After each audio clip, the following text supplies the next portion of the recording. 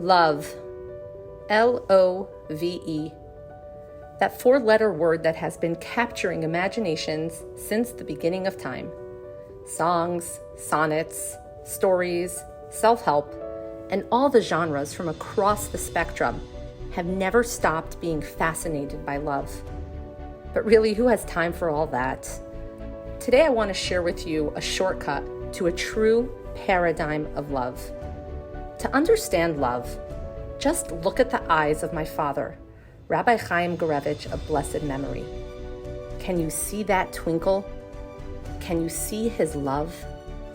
Now, as I'm speaking, I am profoundly aware of how much my father was the anti-pomp and circumstance guy, and how he would probably be cringing at this moment, or belting out one of his hilarious lines like, "Was pleiterst du?"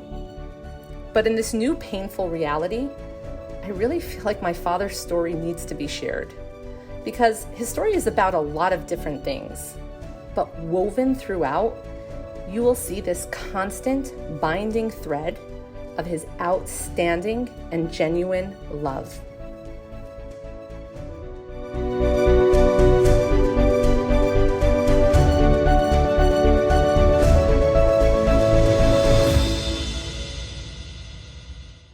In today's modern world, it's basically impossible for us to fathom the challenges associated with growing up under the brutal conditions of the former Soviet Union.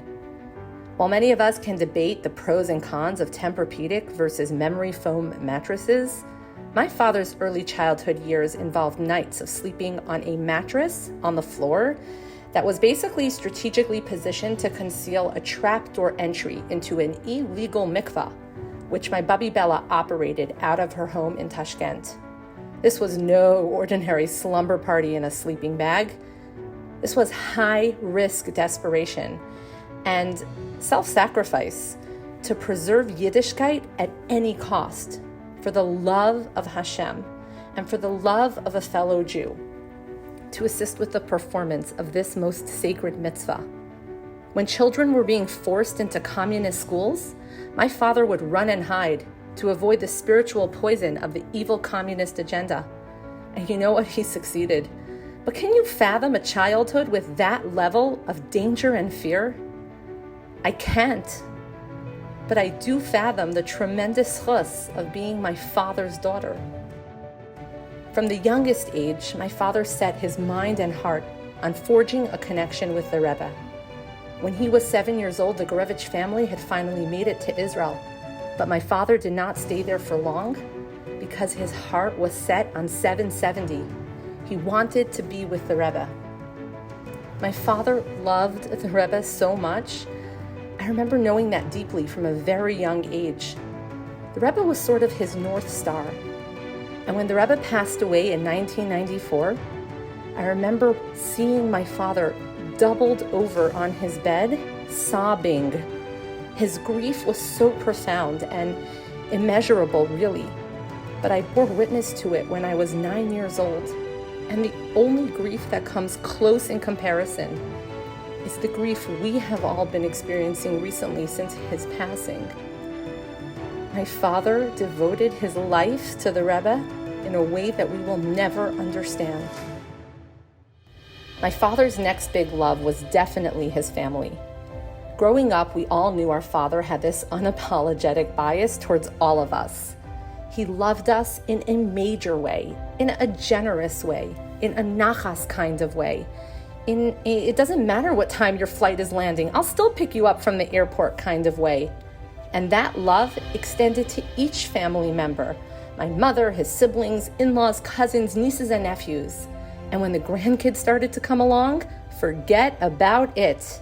His love was through the roof. It was actually a thrill to watch his thrill in dispensing chocolate to his grandchildren. His next generation nickname is actually Zaidi Chocolate, which probably has the same gematria as Zaidi Gurevitch, completely synonymous. He also really loved Jews. Through his work in Colel Chabad and beyond, my father was so devoted to his mission of helping people. He brought passion and generosity and such a magnetic joy to each encounter and each mitzvah. He worried and he really cared about others, and he would bear the burden of other people's challenges, whether they knew about it or not.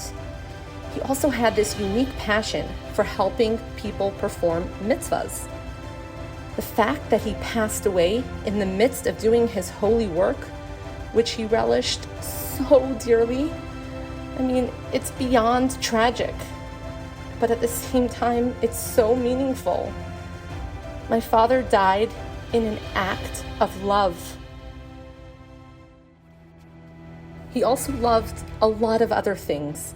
My father loved to study Torah, especially the Rebbe's Torah, to analyze, to discuss and debate, to party, to celebrate, to host guests and Shabbos guests and big meals, to laugh, to travel, to digitize his photo albums. He loved to exercise and also to say l'chaim.